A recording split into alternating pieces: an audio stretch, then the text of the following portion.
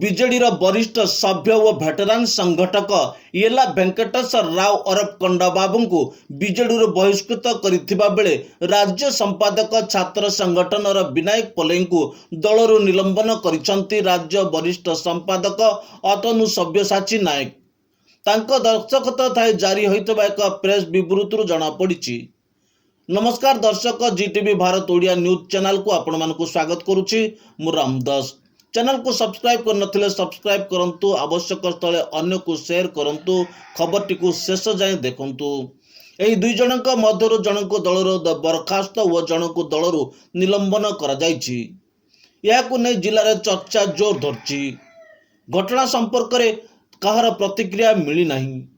प्रतिथर परी एथर मध्य श्री नायक को फुलतोड़ा दे आसुतिले, किंतु एथरर परिस्थिति एभली हैला जे दल रे हैचमट सृष्टि हो जाइछि। एपटे दलरु बहिष्कार हेले सेपटे दल रे हजार हजार संख्यार लोकों को सामिल करी बीजेडी रो भोट हार वृद्धि करी आसुथिबा वेटरान संगठक दलरु बहिष्कृत हेबा तांको पय एक लेसन होई रही गला। कंडाबाबू दल को फेरिबे ना अन्य दल को लंप मारिबे ताहा देखिबा को बाकी रहिला। निर्वाचन पूर्व एभली पदक्षेप कटा घारे चून दबा सदृश हो जाइछि। राजनीति रे यह को नुआ कथा नुहे बोली राजनीतिक समीक्षक कहउचंती, हेले एभली पदक्षेप गोष्ठी कंदल को खराक जगाउछि बोली कहउचंती।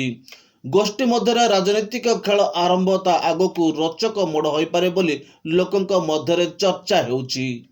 Bureau report Zee TV Bharat Odia.